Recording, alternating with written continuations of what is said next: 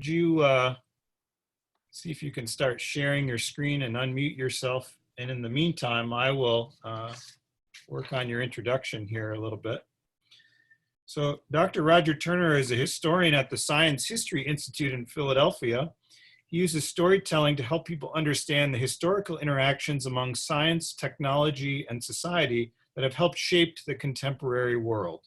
As part of SHI's Rare Earth Elements project from 2018 to 2020, he organized public programming and worked with artists, journalists, and podcasters to explain how rare earth elements became pervasive, if problematic, parts of daily life. He's also developed an educational module where high school or undergraduate students negotiate a hypothetical sustainability seal after researching different roles within the rare earths industry. I think we're going to hear about some about that project today. Roger, I can see your slides, so I think you are good to go. Great. You can hear, everybody can hear me? All right, wonderful. Yeah. Well, so I'm, as Eric says, I'm delighted to be here, and I'm a historian, right? My own academic research kind of comes at the intersection of three fields: environmental history, the history of technology, and the history of science. But I also do public history, right? I work for and to communicate to audiences well beyond the academic world. And so a lot of what I do is what I think of as translation work, not translating between foreign languages, but translating between the language traditions and the ways of knowing and the ways of speaking amongst different disciplines, right? So taking what academic historians say, taking what academic scientists say, and figuring out ways to connect that and communicate that to different kinds of audiences, to the general public. And since sort of the summer of 2018, I've been a researcher on the Science History Institute's Rare Earth Elements project. And we've been really trying to examine the rare earth elements and their impact on society. And as you know, as Eric mentioned, that's taken a lot of different forms. That's really trying to speak to kind of a range of different audiences. So today I want to talk first about, let's see, I'm just going to shift over here so that the, there we go. So that all of your smiling faces are not over my notes.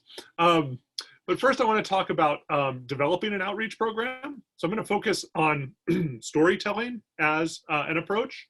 And I'm going to walk you through some useful questions to ask that might help you as you think through questions of audience and content and narrative in ways that will hopefully engage people. And then in the second half of the talk, I'll show you a few examples of what the Science History Institute has developed around rare earths. Hopefully you'll find them useful, either as models for your own outreach work or as resources that you can share with the audiences that you interact with. And then I'm hoping to leave plenty of room for conversation at the end. But I want to start by...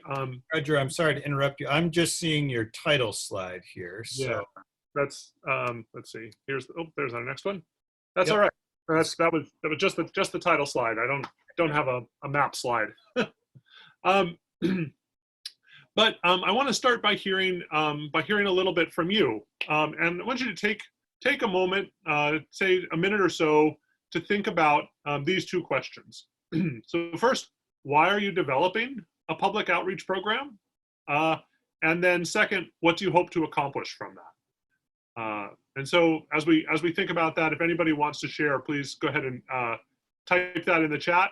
Looking for sort of three or four answers to use as a starting point.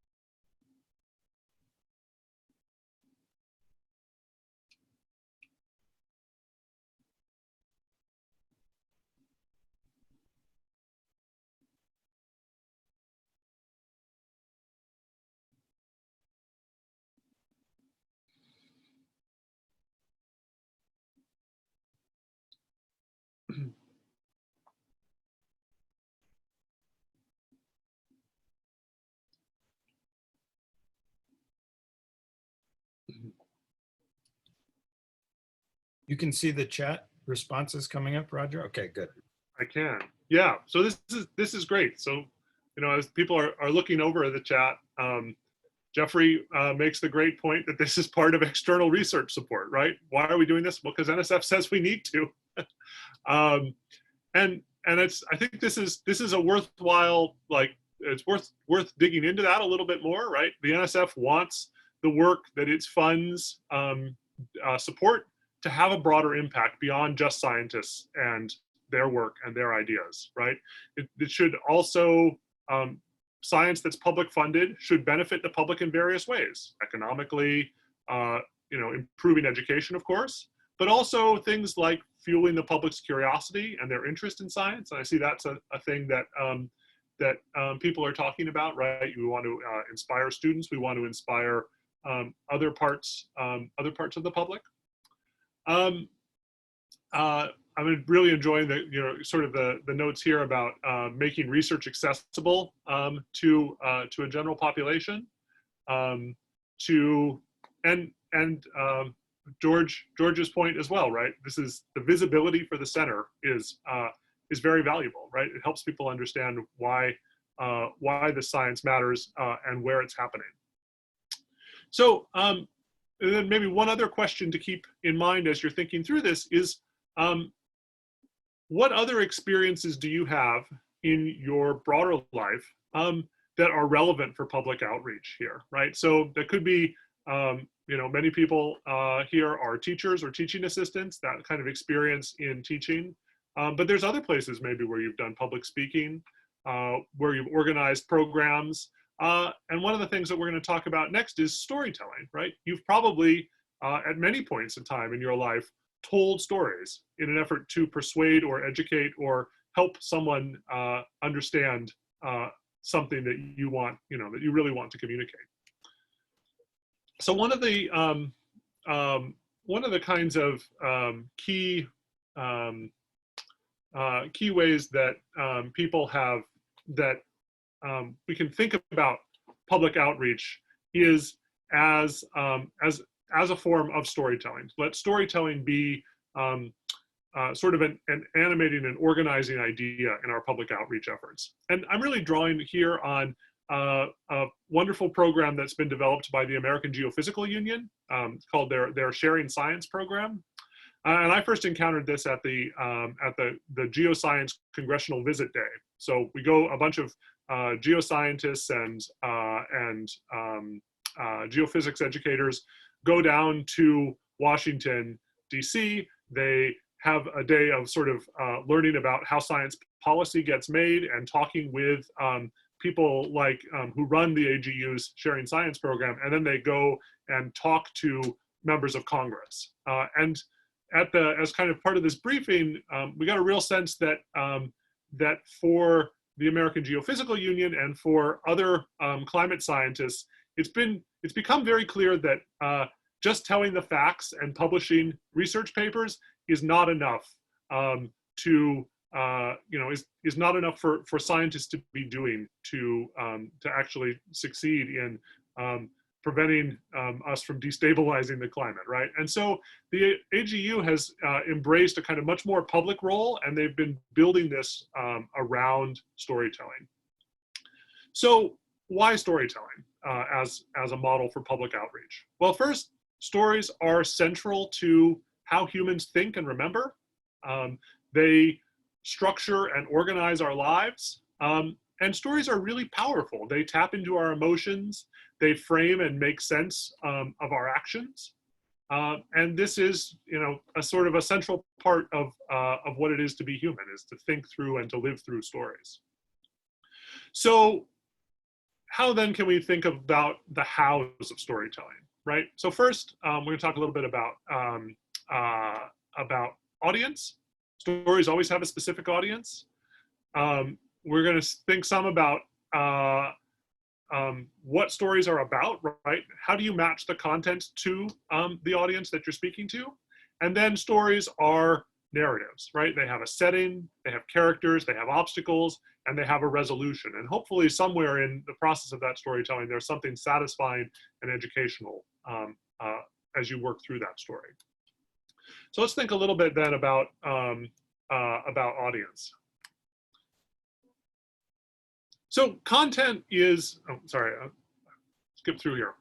So there's no such thing actually as the general public, and this is a slide about that. We often kind of imagine that there is this sort of, that there are academics or researchers or scientists who then communicate and share that information with the general public, which is everybody else, right? But there's this isn't really actually how people are, right? We think of ourselves and we have many other kinds of identities, and that's where we're coming from as we listen to and learn sorts of things. So when you start to prepare a public outreach program, start by asking just who is it that you're talking to, right? So you'll want to know some things like demographics, so their age, their gender, their educational background. You want to know what people may know already. You'd like to, if you can, get some information about your audience's interests. Some of this, obviously, you're going to have to be guessing on, or you know, sort of making some educated hypotheses about. But you can always look to the organizers of various kinds of events, right? So how did people find out about this event where you're going to be speaking or presenting? What kinds of audiences have they drawn in the past? And it's very useful to ask, why is your audience here, right? So you can think about the difference between a school group that's required to be there, that's, you know, been organized and put together by a professor or a teacher, versus people who are choosing to be at a place where you're communicating science, right? People who've bought a ticket, people who are who've decided that a great thing to do on a Saturday night would be to go to a pub and listen to a person give a presentation on their research. And that will help you think a lot about what kinds of content you need to deliver, and how you need to and how you want to engage that kind of audience. At the Science History Institute, we think a lot about what we call the science curious public. So we think about people that are choosing to come to our events, mostly adults. They are people who want to know about the world. They're people who are curious about how things work. They're people who may well read Wired magazine, listen to NPR. They're often people who are, they may be people who are retired scientists or retired engineers and doctors. We often get an older audience, but we also work to kind of produce events where we go out to reach audiences in places where different kinds of audiences are already going to feel comfortable, right? And so that's why we've done some programs where we try and present people telling stories about science in National Mechanics Pub, right? In Old City, where people are eating a meal, drinking a beer, having a nice conversation, and then they turn to kind of face the front of the restaurant, listen to a presentation, have a chance to engage and chat with the presenter, and then go back and finish their meal and chat with their you know, their friend or their date or whoever they've visited this event with. And one of the things that one of the reasons that it doesn't make sense to talk about something like the general public is that we want to have historians and science studies scholars have thought a lot about and done a lot of research on sort of how knowledge gets transferred, how knowledge moves. And one of the things they've critiqued a lot is what they call the knowledge deficit model. And to put it in more chemistry terms, knowledge isn't something that diffuses. It's not something you can kind of pour from you, the expert, into the empty vessel, the listener. Instead, knowledge is something that is constructed, right? It's something that happens inside of people's heads. They're connecting it to things they know. They're embracing it or rejecting it by individuals who are always socially situated, right? People who have relationships to other people who have jobs, who have interests and hobbies, who have come in knowing things, people who come in with expectations about what the expert in front of them is like or is not like. You know, are they similar to them? Are they different from them? Do they want to be them? Do they not want to be them? So as you start to think through your content, as you start to think about what it is that you want to share and present in a public outreach program, you want to ask, what does the audience want to know, right? So sometimes, you know, they're really coming in to learn. Sometimes they're coming in to be entertained. But what is it that brings them to this place? What also does the audience need to know, right? So there's some things that you just, in order to get them to the point where you want them to be, there's some basic information that you understand that you're going to have to help them understand so that they can grasp your larger point, understand your larger point.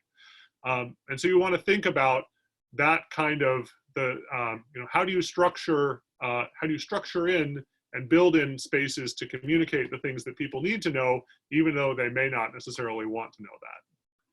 And you always want to be thinking about, what does your audience already know? How can you connect what you're communicating to things that the audience knows, right? And so it's helpful, I think, to imagine that rather than this kind of undifferentiated general public, you're going to have in your audience a collection of people who are experts or enthusiasts or knowledgeable about particular things. And so how can you reach out to those individuals who already have some kind of connection or some kind of passion for the material that you're talking about, and how can you draw that out and bring that in to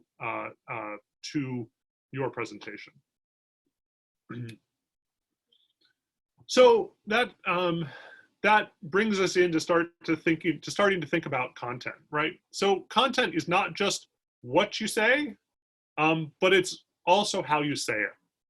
And I should say here that this doesn't have to, you know, we don't have to just imagine that you're kind of giving a talk. I think this is also relevant for thinking about demonstrations or video labs or hosting public conversations, right? Book clubs are a wonderful way to engage people with science, people who are maybe didn't have great experiences with laboratories and their science classes in high school and college, kind of what we might call the science phobic public. Maybe you can engage them through book clubs or other kinds of reading-based activities. So you want to think about very much. You want to think about what is the effects that your content may have on the audience. So for the teachers here, it's pretty automatic for us to think about learning, right? To think about what do we hope that the audience will learn. But we're always should be thinking also emotionally and in terms of actions, right? What is it that you want your audience to feel during and after the event, right? What do you want them to walk away with? What kinds of actions do you hope to motivate? What do you hope that they will do in response to the things you've communicated? And I've put together here sort of three pictures here as a way to think about emotional responses, right? So one of the things that we often say about modern science is that it is objective and politically neutral.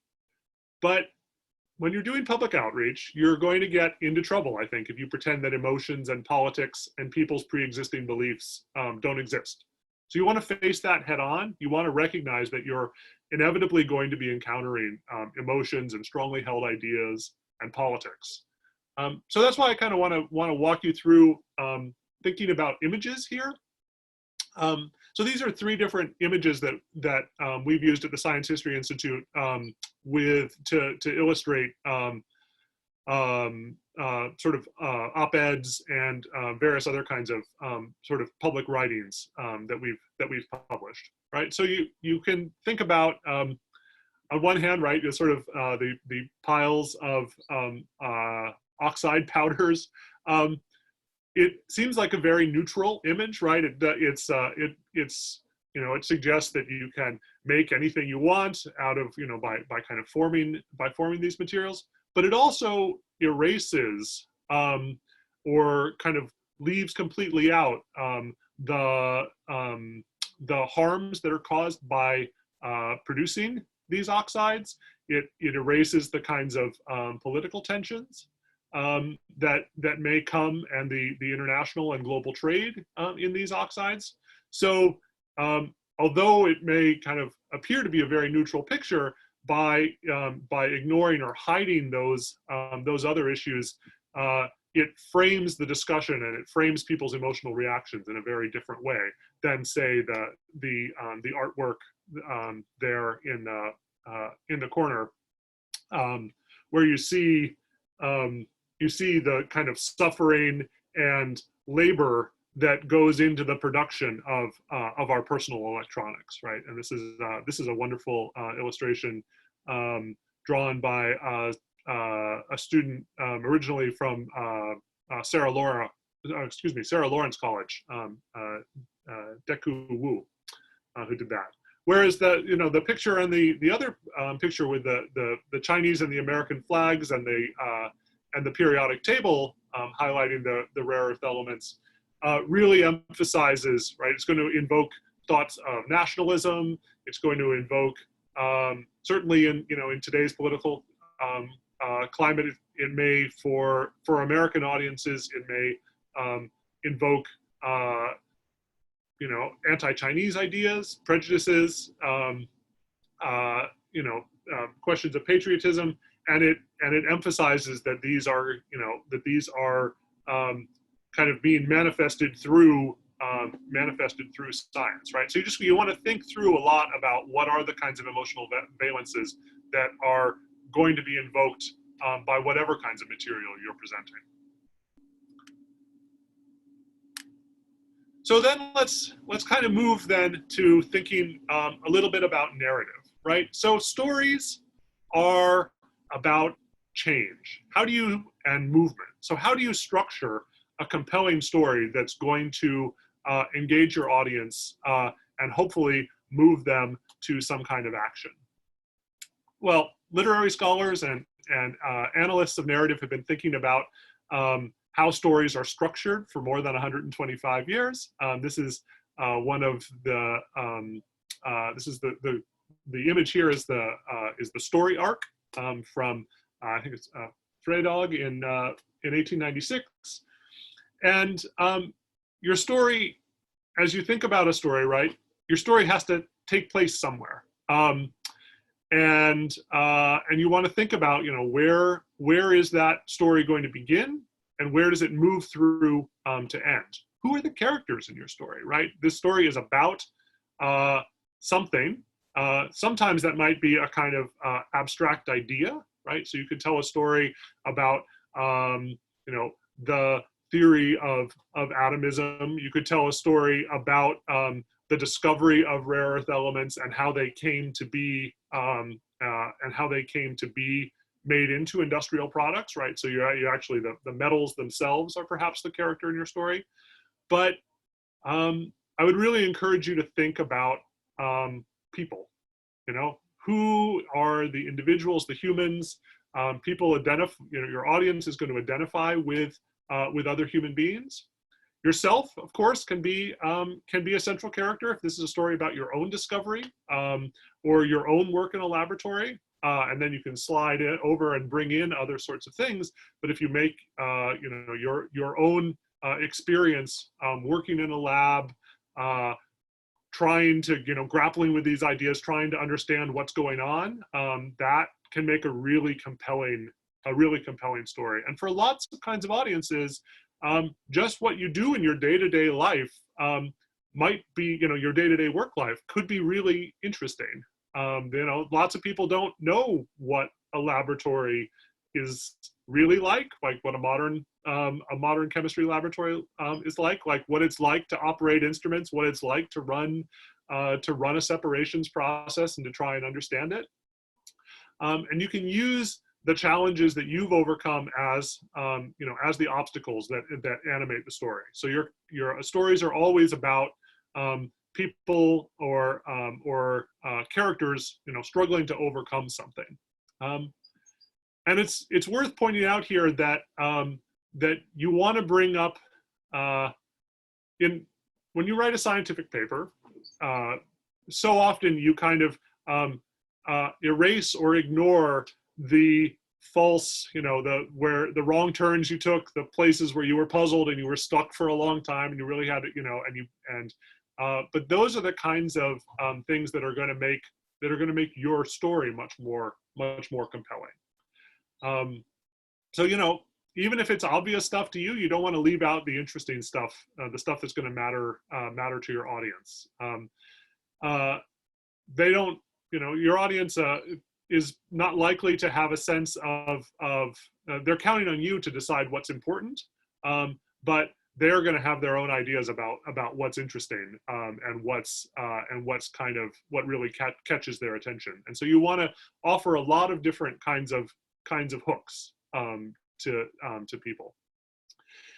And then finally, because stories are about change, how is the world different at the end, right? You start in one place with your exposition. After you go through the arc, you come to a climax, a moment of insight, a moment of change, and then show how that has played out and made the world a different place. And part of that, of course, is also how is the character change, right? So how is the character different? What has the character learned over the course of this story and changed? And so you want this arc. People are going to expect it, and it's it fits a form that people understand and are ready to engage with. So I'll just quickly kind of highlight a few of the products and resources we've put together as part of the Rare Earth Elements project at the Science History Institute.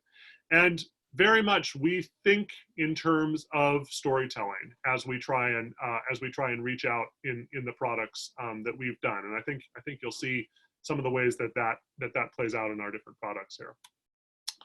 So one of the first things we put together is a two-part podcast episode as part of our Distillations podcast series that looks at that frames rare earths as a kind of modern day magic and looks at the cost of producing that magic, right? So they make things lighter, faster, stronger, but at the same time, there is this often hidden or obscured environmental and human toll that comes from the production of that. And so, we try to weave together the history of how these elements and metals have come to be, sort of central to our daily lives, but also what are the costs, and we try and look for people that have gone out and seen and experienced those costs, right? And so Julie Klinger, who you'll be hearing from tomorrow, is one of our central experts and narrators in this story. We've also put together a sort of a 2-minute animated video that explores sort of 10 ways that rare earth elements make life better. This is designed to be shared virally, but while it's certainly promotional and emphasizes the positive the positive side of rare earth elements, we try to weave in some examples of change over time. So one of the things we highlight is the transformation in which rare earth elements are used. So even though even more sustainable lighting, both the compact fluorescent and the LED bulbs both use rare earth elements, but the LED bulb uses quite a bit less, and only sort of yttrium and europium. So that dramatically changes the market for terbium. So this is kind of fun, and we were working with an artist, Claude Lee, who kind of gave us this uniform artistic and aesthetic look across all of our rare earth products, which was really been fun. So one of the things she drew for us is this logo of for the case of rare earth elements, and this is the curriculum module for high school or undergraduate students. It sort of works. We think it will work really well for AP Chem students after they take the AP exam, but also I think it would work well for undergraduate students in chemistry, or especially in environmental studies classes. And this is a role-playing game. It's a chance for students to learn a lot about the historical evolution and the contemporary issues in the rare earth industry.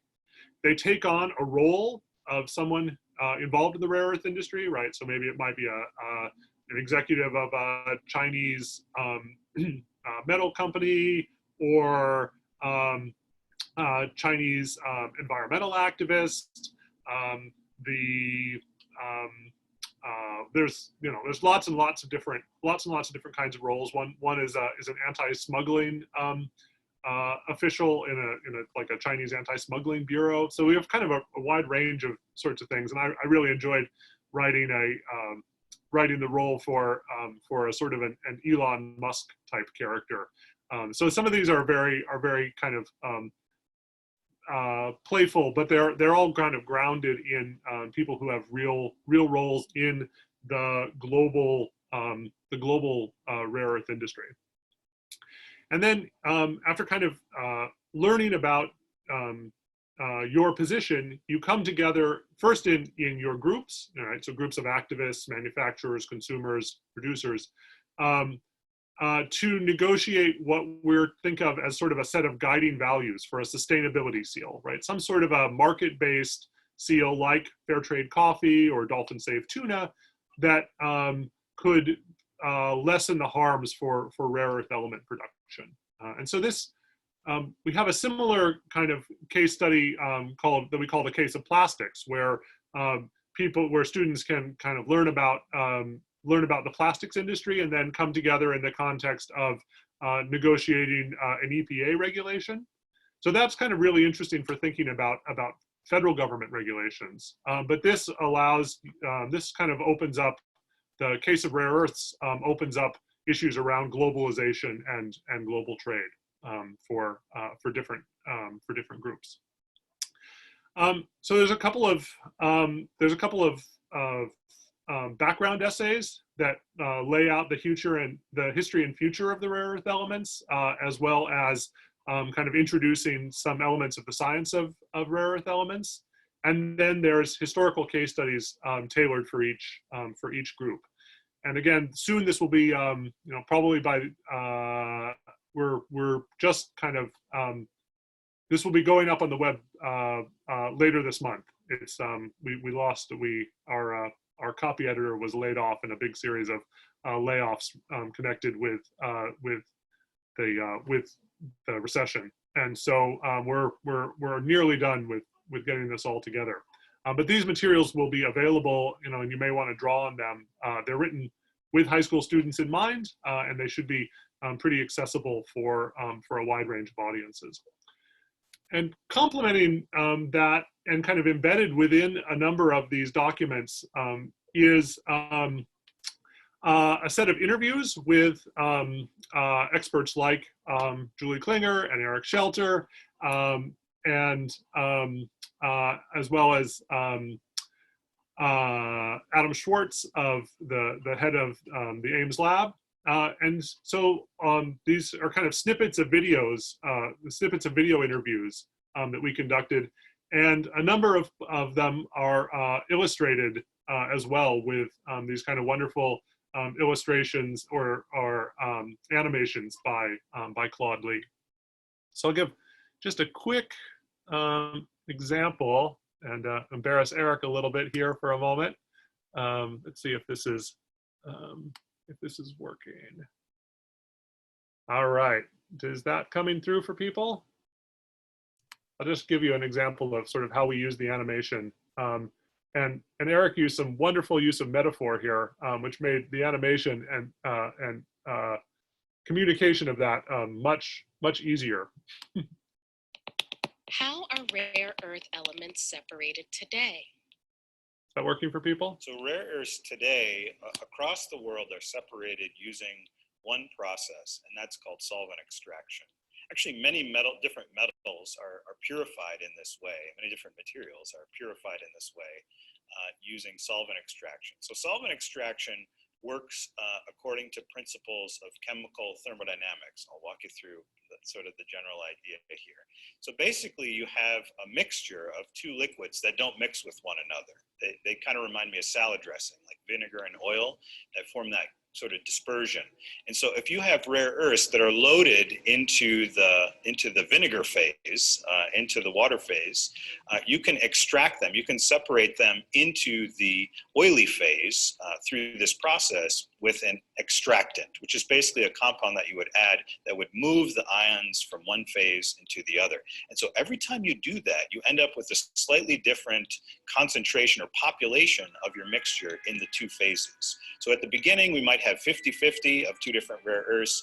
It dissolved in the acid phase, in the vinegar phase.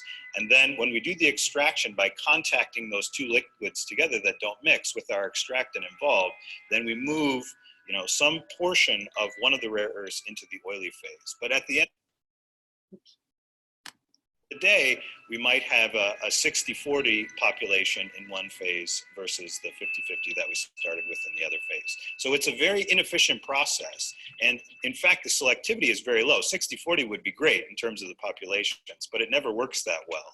And so that means that we have to extract and back extract over and over again, thousands and thousands of times in order to get a purified phase. So basically you're just So it gives you a little bit of a sense of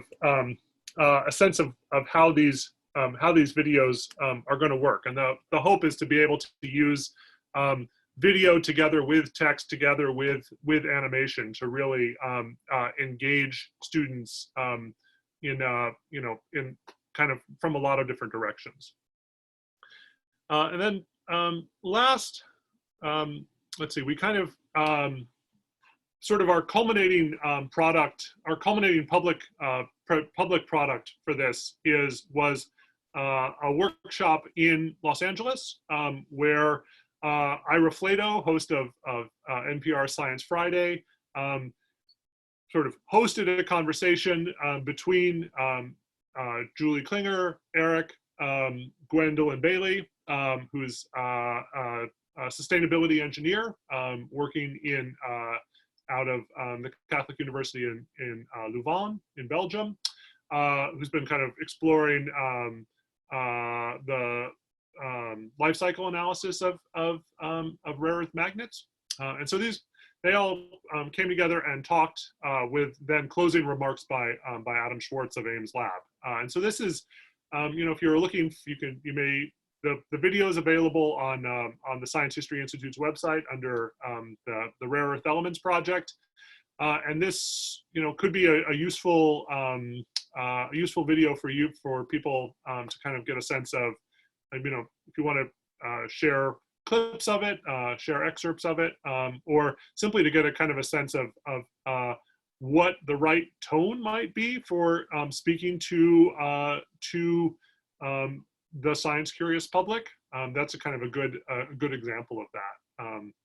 So I'm gonna leave there so we can have a good chance for some conversation and chatting, and I'm really interested in your questions and finding out more about what kinds of ways you're thinking about engaging the various kinds of publics that are interested and need to know about the rare earth elements.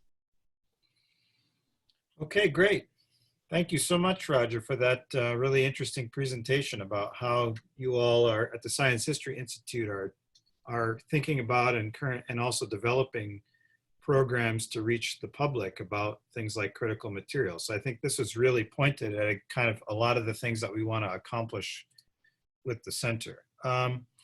There were a couple of comments in the chat that came up in the course of your presentation, but I'll also ask people at this point, if you have other questions for Roger, to type them in the chat at this time, and then Robert and I can highlight them, or we can call on you to talk about your questions. So Jonathan pointed out, interestingly, the kanji, the Japanese version of the Chinese character for learning, I'm not going to say this right, Manabu or Gaku, is based on the pictorial concept of two hands pouring knowledge into a student's head. So I think that was in reference to your comment that it's not necessarily pouring knowledge into somebody's head, but it's a constructive exercise that kind of occurs between the presenter and the recipient. Very interesting. Very interesting. I wonder, it'd be fascinating to know when that character was when that character came into came into wide use or was put together. But that's a wonderful, very cool detail. Yeah, it just seems funny in terms of your analogy, but of course we have probably native speakers from China or Japan who are much more expert on Hanja or Kanji than a gringo like me. Mm. But I think these go way, way back. Mm. I think the Chinese version is simplified, but I'm not such an expert on either. But Japanese Skoshi, slightly better. Yeah, in the history of science, there's been a lot of interest in sort of reader response, right? And so studies of when people read the same book or the same scientific paper, and they come out with radically different ideas. And I'm sure you've probably encountered, many people have encountered that. You've gone, wait a minute, you got that out of what you read? I saw something. Just look at the news feeds. Very much. Action of our country. Mm-hmm. Yes. So we shouldn't go there. Maybe at a future meeting, Jonathan. That's right. So I can go ahead.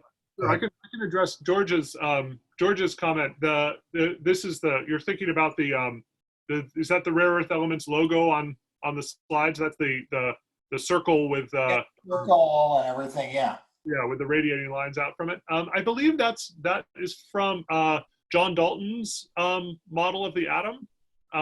Is where actually that where that image originally came from.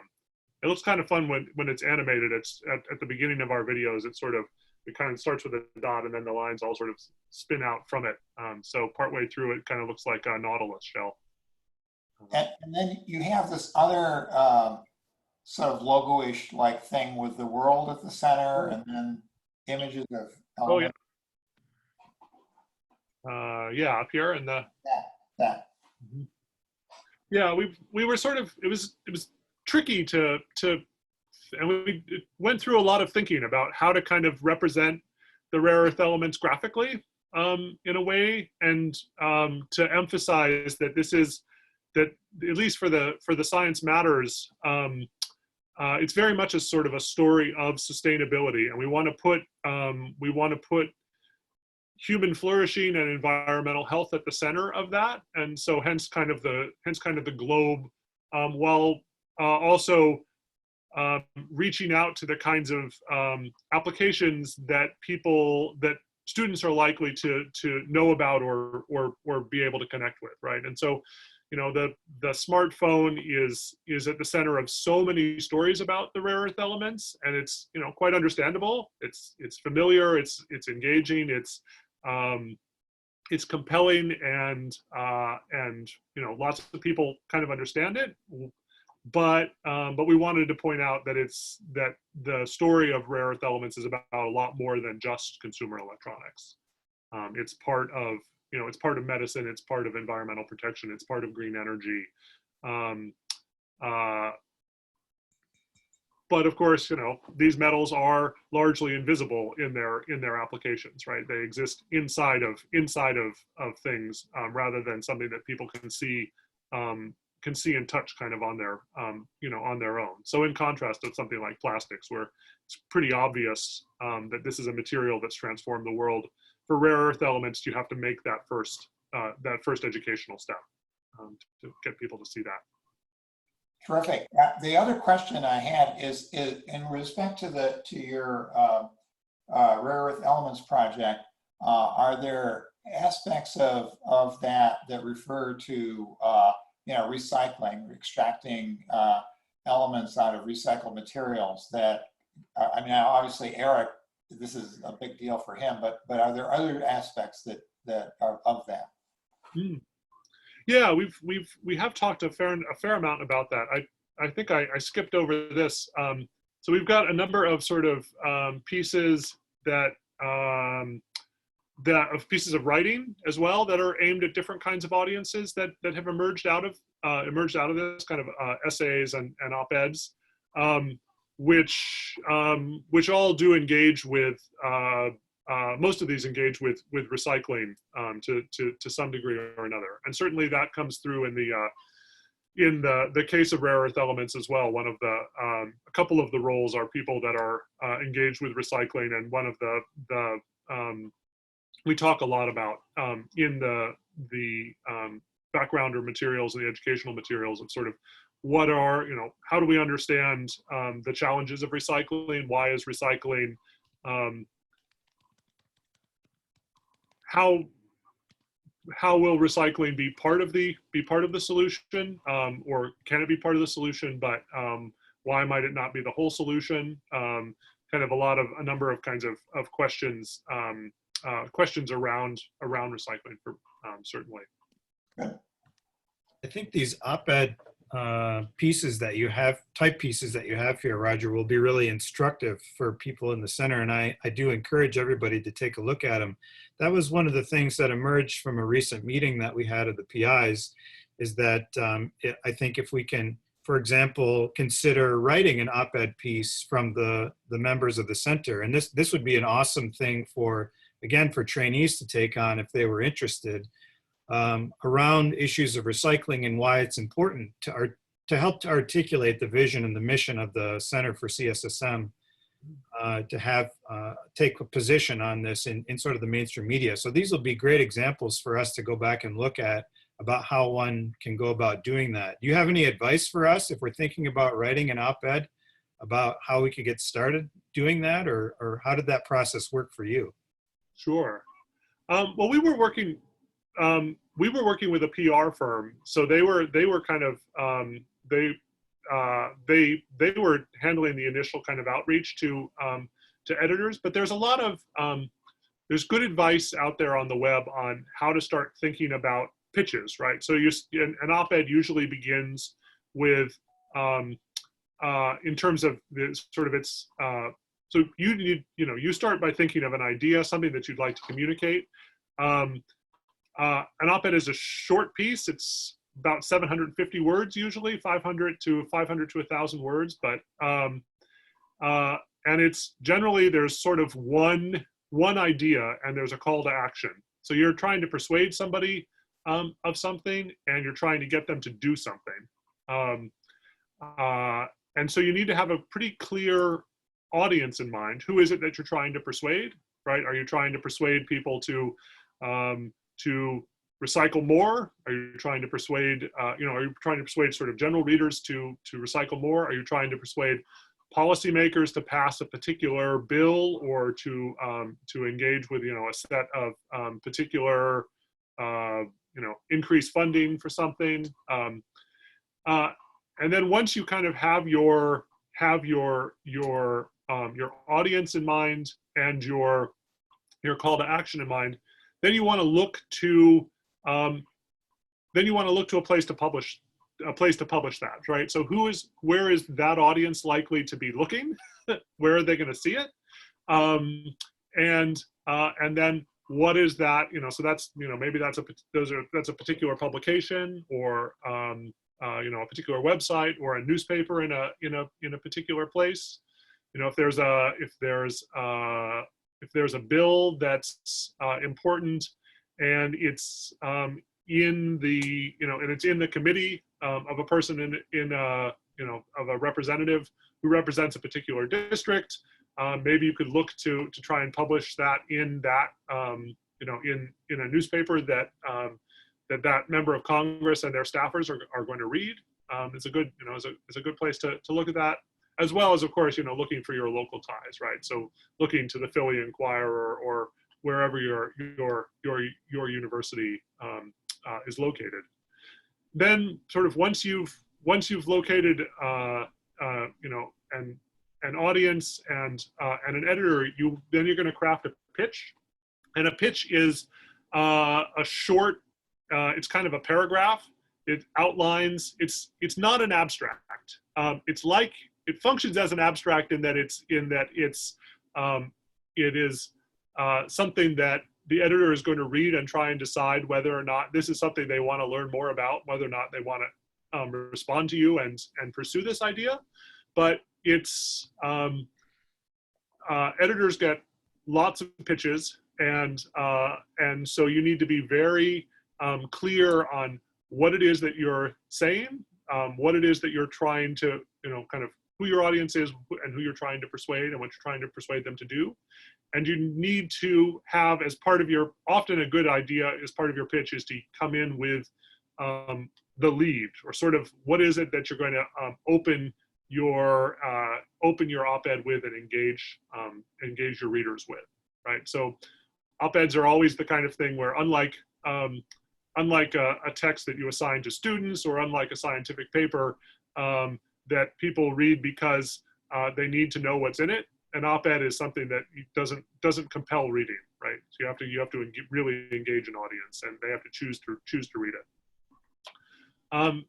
So once you have that pitch down, then the editor will engage with you and say, we think this is very interesting. We'd like to see, develop more on this side of things. Got it. And there are a number of good resources out there on the web as well. The op-ed project, I think, is the name of one site that can help you develop that.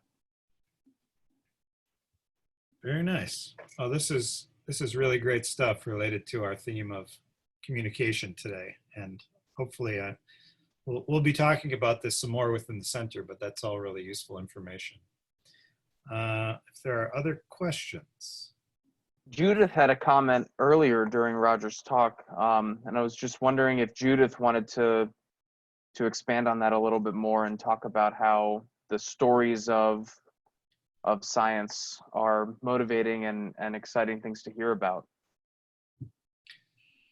So I was actually thinking about the story arc in thinking about a chemical problem. So you've obviously identified something that's interesting, and you wouldn't be working if there weren't a problem. So you've got this ramp up.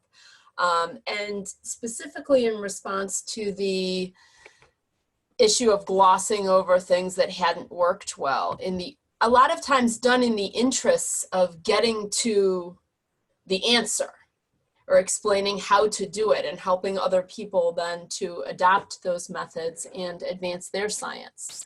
But that can sometimes be off-putting to people who are not active in that field, because you think, oh, it was so easy for them.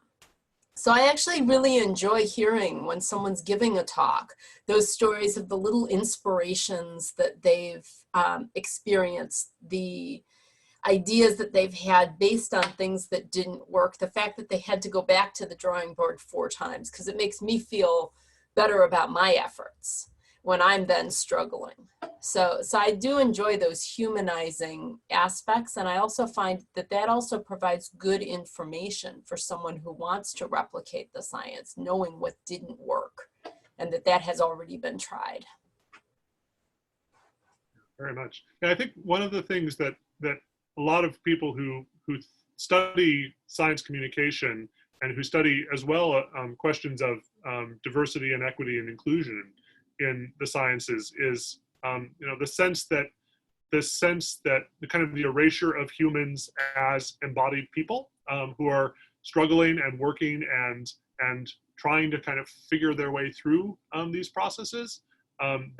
that often, that can further to exclude people from the sciences, especially young people and people who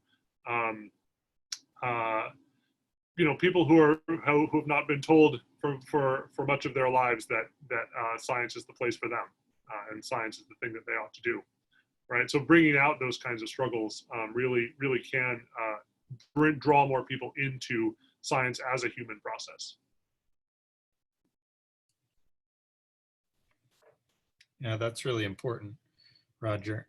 We're getting close to the end of our time for Roger's segment, but I did want to say that I'm really excited despite the fact that I'm in one of the videos and it's painful to watch, I am really excited for the launch of this module about rare earths and kind of this interactive role-playing game that can be run with high school students and undergraduate students. And so I'm going to put Roger a little bit on the spot here and say we hope that maybe you can come back to visit with us in the center in the future, and perhaps we could even go so far as to run the module within the center and use that as a training exercise where then folks in the center could go forward and run that activity with the targeted age group of students as a potential outreach event. So that would be great. We would love to have a chance to really see this get out into classrooms and get into widespread use. So I think we all can benefit from that. So hopefully you'll be able to come back maybe this fall and talk to us again. But in kind of the parting moments here, I wonder if you could maybe, well, I actually had two questions, but I think I only have time for one. So I'll just ask my more important question, and that is for people starting out doing outreach, there are graduate students and undergraduates on the call who maybe have not done outreach before. You've talked about some strategies around creating a narrative, but can you, in just the last couple of minutes, give us your thoughts about what are the most important things to keep in mind for new people who are starting out to try and do effective scientific outreach to a wider audience? Sure. I would say be bold, be brave. It's scary, but people are interested and tolerant and forgiving if you are willing to share your vulnerability and your inspiration and your passion. So, we know that these issues matter a lot. We know that they're important to the future of the world. We know that that science and expertise is crucial. Go out and share your stories. And as you do that, listen to the people that are listening to you and give them a chance to engage and share and ask questions and participate. And I think once you start from that, then you have a good foundation for working out and negotiating beyond more complicated issues. Mm-hmm. All right, really, really good advice, Roger. Thank you so much. So thank you again very much for your remarks here this morning. This was really great hearing about your perspective, and we're looking forward to the publishing of the module and getting in touch with you again. So with that, I think we'll thank both of our speakers from this morning, George and Roger. So thank you both very much for your really exciting talks, inspirational talks. And we're going to take a 30-minute break here for lunch and then return at 12:30 Eastern Time to hear the next speaker, Maddie Stone.